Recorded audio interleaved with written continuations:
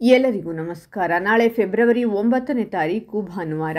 ನಾಳೆಯಿಂದ 57 ವರ್ಷ ಬಂಗಾರದ ಯುಗ. 6 ರಾಶಿಗೆ ಶುಕ್ರ ದೆಸೆ ಕೈಯಿಟ್ಟಲ್ಲೆಲ್ಲ ಹಣ ಸಂಪತ್ತು. ಹಾಗಾದರೆ ಅಂತಹ ಅದೃಷ್ಟವಂತ ರಾಶಿಗಳು ಯಾವುವು ಅಂತ ನೋಡೋಣ ಬನ್ನಿ. ಅದಕ್ಕೂ ಮುನ್ನ ನೀವು ಸೂರ್ಯದೇವನ ಭಕ್ತರಾಗಿದ್ದರೆ ವಿಡಿಯೋಗೆ ಲೈಕ್ ಮಾಡಿ. ಹಾಗೆ ನೀವಿನ್ನೂ ನಮ್ಮ ಜ್ಯೋತಿಷ್ಯ ದರ್ಶನ ಚಾನಲ್ಗೆ ಸಬ್ಸ್ಕ್ರೈಬ್ ಆಗಿಲ್ಲ ಅಂದರೆ ಈಗಲೇ ಸಬ್ಸ್ಕ್ರೈಬ್ ಮಾಡಿ. ಹಾಗೆ ಪಕ್ಕದಲ್ಲಿ ಬರೋ ಬೆಲ್ ಐಕಾನನ್ನು ಕ್ಲಿಕ್ ಮಾಡಿ.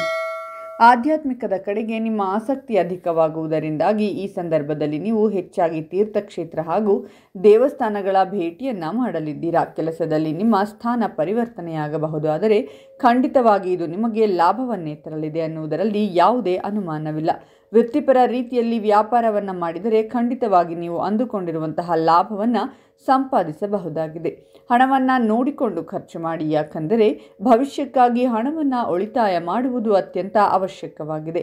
ಈ ಸಂದರ್ಭದಲ್ಲಿ ನಿಮ್ಮ ಆತ್ಮವಿಶ್ವಾಸದಲ್ಲಿ ಹೆಚ್ಚಳವನ್ನು ಕಾಣಬಹುದಾಗಿದೆ. ಯಾವುದೇ ಕ್ಷೇತ್ರದಲ್ಲಿ ಕೆಲಸ ಮಾಡಿದರೂ ನಿಮಗೆ ಗೆಲುವು ಕಟ್ಟಿಟ್ಟ ಬುತ್ತಿಯಾಗಿದೆ. ನಿಮ್ಮ ಜೀವನ ಸಂಗಾತಿಗೆ ನಿಮ್ಮ ಮನಸ್ಸಿನಲ್ಲಿರುವಂತಹ ಮಾತುಗಳನ್ನು ಹೇಳುವುದಕ್ಕೆ ಯಶಸ್ವಿಯಾಗಲಿದ್ದೀರಾ ಹಾಗೂ ಇದರಿಂದಾಗಿ ನಿಮ್ಮ ರಿಲೇಶನ್ಶಿಪ್ ಉತ್ತಮ ರೀತಿಯಲ್ಲಿ ಕಂಡುಬರಲಿದೆ. ನಿಮ್ಮ ಕಠಿಣ ಪರಿಶ್ರಮದ ಫಲವನ್ನು ನೀವು ಪಡೆಯಲಿದ್ದೀರಾ. ಇಲ್ಲಿಯವರೆಗೆ ನಿಮ್ಮ ವೃತ್ತಿ ಜೀವನದಲ್ಲಿ ನೀವು ಬಯಸಿದ್ದನ್ನು ಪಡೆಯದಿದ್ದರೆ ಈ ಸಮಯದಲ್ಲಿ ಅದನ್ನು ಖಂಡಿತವಾಗಿಯೂ ಪಡೆಯುತ್ತೀರಾ. ನಿಮ್ಮ ಕಠಿಣ ಪರಿಶ್ರಮದಿಂದ ಹೊಸ ಉದ್ಯೋಗ ಅಥವಾ ಬಡ್ತಿ ಪಡೆಯಬಹುದು. ಪಾಲುದಾರಿಕೆಯಲ್ಲಿ ವ್ಯಾಪಾರ ಮಾಡುವುದರಿಂದಲೂ ನಿಮಗೆ ಲಾಭವಾಗುತ್ತದೆ. ನಿಮ್ಮ ವ್ಯಕ್ತಿತ್ವದಲ್ಲಿ ಸುಧಾರಣೆ ಕಾಣಲಿದೆ. ಅಲ್ಲದೆ ವ್ಯವಹಾರದಲ್ಲಿ ಭಾರಿ ಲಾಭ ಮತ್ತು ಹೂಡಿಕೆಗಳಿಂದ ಲಾಭಗಳು ಉಂಟಾಗುತ್ತವೆ. ಕೆಲಸದ ಕ್ಷೇತ್ರದಲ್ಲಿ ನಿಮ್ಮ ಕಠಿಣ ಪರಿಶ್ರಮಕ್ಕೆ ತಕ್ಕ ಪ್ರತಿಫಲ ಸಿಗುತ್ತದೆ.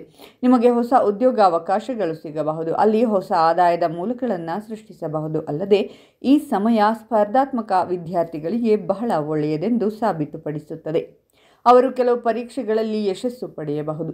ಅವಿವಾಹಿತರಿಗೆ ವಿವಾಹವಾಗುವ ಸಾಧ್ಯತೆ ಇದೆ. ಆರೋಗ್ಯ ಉತ್ತಮವಾಗಿರುತ್ತದೆ. ಅಲ್ಲದೆ ಈ ಸಮಯದಲ್ಲಿ ನಿಮ್ಮ ಯೋಜಿತ ಯೋಜನೆಗಳು ಯಶಸ್ವಿಯಾಗುತ್ತವೆ.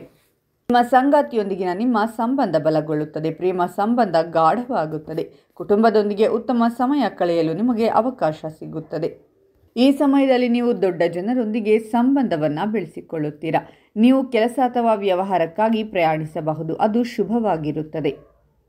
ಈ ಸಮಯದಲ್ಲಿ ನೀವು ಕೆಲವು ಐಷಾರಾಮಿ ವಸ್ತುಗಳನ್ನು ಖರೀದಿಸಬಹುದು. ಅಲ್ಲದೆ ನಿಮ್ಮ ಸಂಗಾತಿಯೊಂದಿಗಿನ ಸಮನ್ವಯ ಹೆಚ್ಚಾಗುತ್ತದೆ ಮತ್ತು ಪ್ರೀತಿಯ ಸಂಬಂಧ ಬಲಗೊಳ್ಳುತ್ತದೆ.